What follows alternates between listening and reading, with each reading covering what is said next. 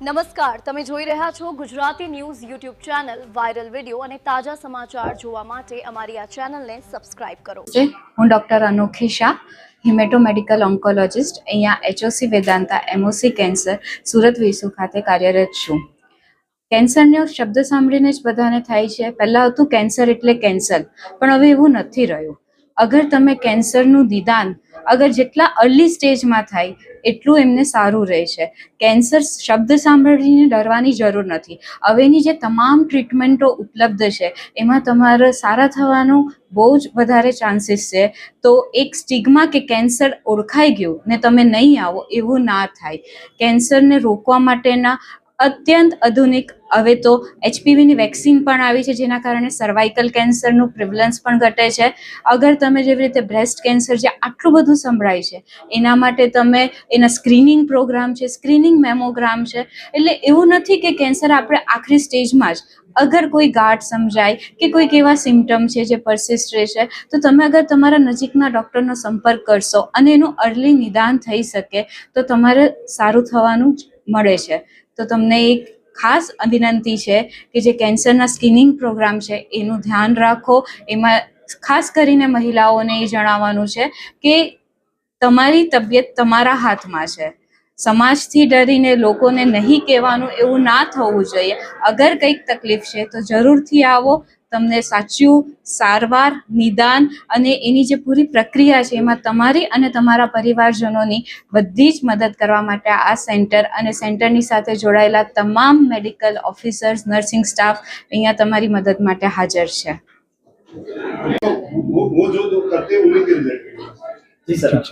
હું doctor Bhavin Shah, director at hemato oncology clinic Ahmedabad.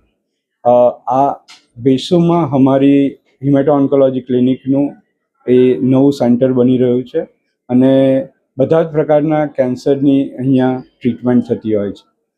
હું specially હિમેટો oncology એટલે કે બ્લડ રિલેટેડ કેન્સર્સ, બ્લડના જે માયલોમા, લિમ્ફોમા અને લ્યુકેમિયા જે બધા કેન્સર હોય છે એ માટે ટ્રીટમેન્ટ કરી રહ્યા છે.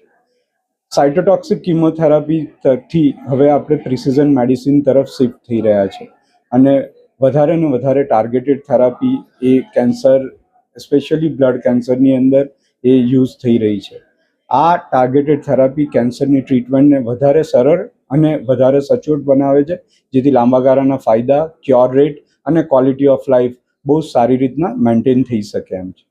જે સેવાઓ, જે ટ્રીટમેન્ટ અમે લોકો અમદાવાદની અંદર કે મુંબઈ અને મહારાષ્ટ્રના બીજા શહેરોમાં આપી રહ્યા છે એ જ પ્રકારની ટ્રીટમેન્ટ કદાચ સુરતની અંદર બી મળશે અને સુરતના લોકોને આ ટ્રીટમેન્ટનો અને સાઉથ ગુજરાતના પેશન્ટોને આ ટ્રીટમેન્ટનો ઘણો જ ફાયદો થશે.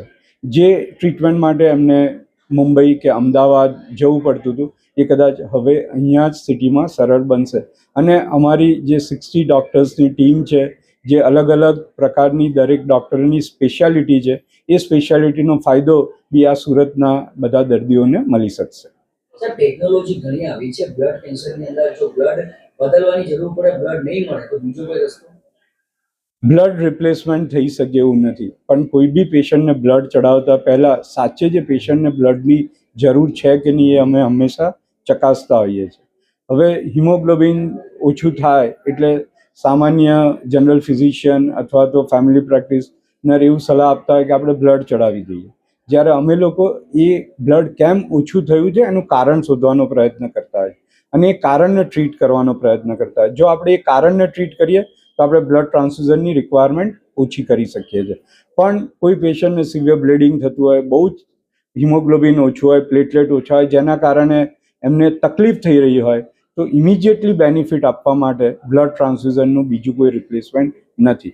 પણ બ્લડ ટ્રાન્સફ્યુઝન જે બી આપણે કરીએ એ શરીરની અંદર, ધારો કે આરબીસી ચડાવીએ, લાલ કલરનું લોહી, તો શરીરમાં 10-15 દિવસ ટકે, એ પછી એની ઇફેક્ટ જતી રહે. એટલે જો તમે એનું કારણ શોધી અને કારણને ટ્રીટ ના કરો તો 15 દિવસ, મહિના પછી પેશન્ટ એ જ પરિસ્થિતિમાં ફરીથી આવી જાય. એટલે તમારે કારણ શોધી અને કારણ ટ્રીટ કરવું પડે. આપ કયા ડોક્ટર છો એનાથી શરૂઆત કરજો. મારું નામ સ્વયં છે અને હું ડૉક્ટર જયંતિલાલ પટેલ છું અને છેલ્લા 37 વર્ષથી ઓન્કોલોજી ફિલ્ડમાં કાર્યરત છું. હવે આપણા આ સુરત વેસુ સેન્ટર ખાતે HOC વેદાંતા અને MOC કેન્સરનું અદ્યતન ડે કેર કિમોથેરાપી સેન્ટર ખુલી રહ્યું છે. ઓલ ઓવર ગુજરાતમાં આ આપણું 6થું સેન્ટર છે, HOC વેદાંતા અને MOC. HOC મીન્સ કે hemato oncology clinic Vedanta, MOC means Mumbai oncology centre. એમની શરૂઆત MOC મુંબઈ ખાતે થઈ હતી અને ધીરે ધીરે પછી એ લોકોનું ટાઈઅપ HOC વેદાંતા અમદાવાદની ટીમ જોડે થયું છે. ઓલ ઓવર ઇન્ડિયામાં આવા 30 સેન્ટર છે અને એની જોડે 60 એક્સપિરિયન્સ મેડિકલ ઓન્કોલોજીસ્ટ જોડાયેલા છે. અને આપણું આ સુરતનું આ પ્રથમ વેસુ ખાતે જે સેન્ટર છે કે જે આ બધા 30 સેન્ટર જોડે અને 60 અનુભવી મેડિકલ ઓન્કોલોજીસ્ટ જોડે જોડાયેલું રહેશે. અહીં આપણા સેન્ટરમાં કેન્સરની દરેક પ્રકારની ટ્રીટમેન્ટ, જેવી કે કેન્સરની chemotherapy, biological treatment, targeted treatment, immunotherapy treatment, scalp cooling, એવી બધી જ અદ્યતન પ્રકારની કેન્સરને લગતી સુવિધાઓ મળી રહેશે. અહીંનો જે સ્ટાફ છે, અહીંના જે ડૉક્ટરો છે, ખૂબ જ અનુભવી છે, અનુભવી નર્સિંગ સ્ટાફ છે અને દરેક દર્દીને અમારું પર્સનલાઇઝ કોન્ટેક્ટ રહેશે. 24 અવર્સ અમે દર્દી જોડે જોડાયેલા રહીશું અને એમની કોઈ પણ કિમોથેરાપીને લગતી કે કેન્સરને લગતી મુશ્કેલી હશે એ 24/7 અમારી હેલ્પલાઇન રહેશે અને તાત્કાલિક એમની મુશ્કેલીનું નિરાકરણ થાય એવા અમારા પ્રયત્ન રહેશે. કેન્સર એક રોગ એવો છે કે એની જોડે આખું ફેમિલી ચિંતાગ્રસ્ત બની જાય છે, આર્થિક બોજો પણ ખૂબ જ વધી જાય છે. તો અમારું કમિટમેન્ટ રહેશે કે અદ્યતન કેન્સરની ટ્રીટમેન્ટ એમને ખૂબ જ કિફાયત દરે દર્દીને પહોંચાડી શકાય એ અમારો અભિગમ રહેશે અને એની જોડે અમારી સફળતામાં કોઈ પણ જાતનો ફેરફાર થશે નહીં.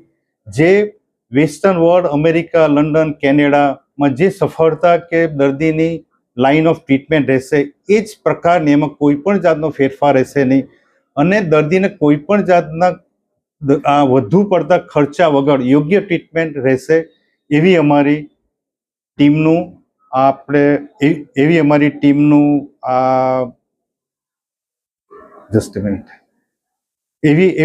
ટીમની આશા રહેશે આમ. અને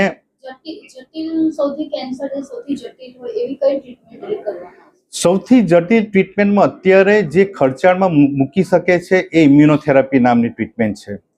ટાર્ગેટેડ ટ્રીટમેન્ટ હવે ઘણી સસ્તી થઈ ગઈ છે, પણ ઇમ્યુનોથેરાપી એક એવી જલ્દી ટ્રીટમેન્ટ છે કે દર્દીને આપણે ક્યારે વાપરવી અને એનાથી કેટલો ફાયદો થશે એ પહેલાં અનુભવી ડૉક્ટર પ્રોજેક્ટ કરશે. જો એમાં અનુભવ નહીં હશે તો મોંઘી ટ્રીટમેન્ટ દર્દીને મળશે અને એનાથી એમની લાઈફને કોઈ ફાયદો થશે નહીં. એટલે મોંઘી ટ્રીટમેન્ટ જોડે દર્દીને આપણે લાંબુ આયુષ્ય આપી શકીએ એવી અમારી કટિબદ્ધતા રહેશે. આ ન્યૂઝના રિપોર્ટર છે Arvind Rathod. Gujarati news YouTube channel Surat. ગુજરાતથી તમને મહત્વના સમાચાર મળતા રહેશે, માટે જોતા રહો ગુજરાતી ન્યૂઝ. ધન્યવાદ.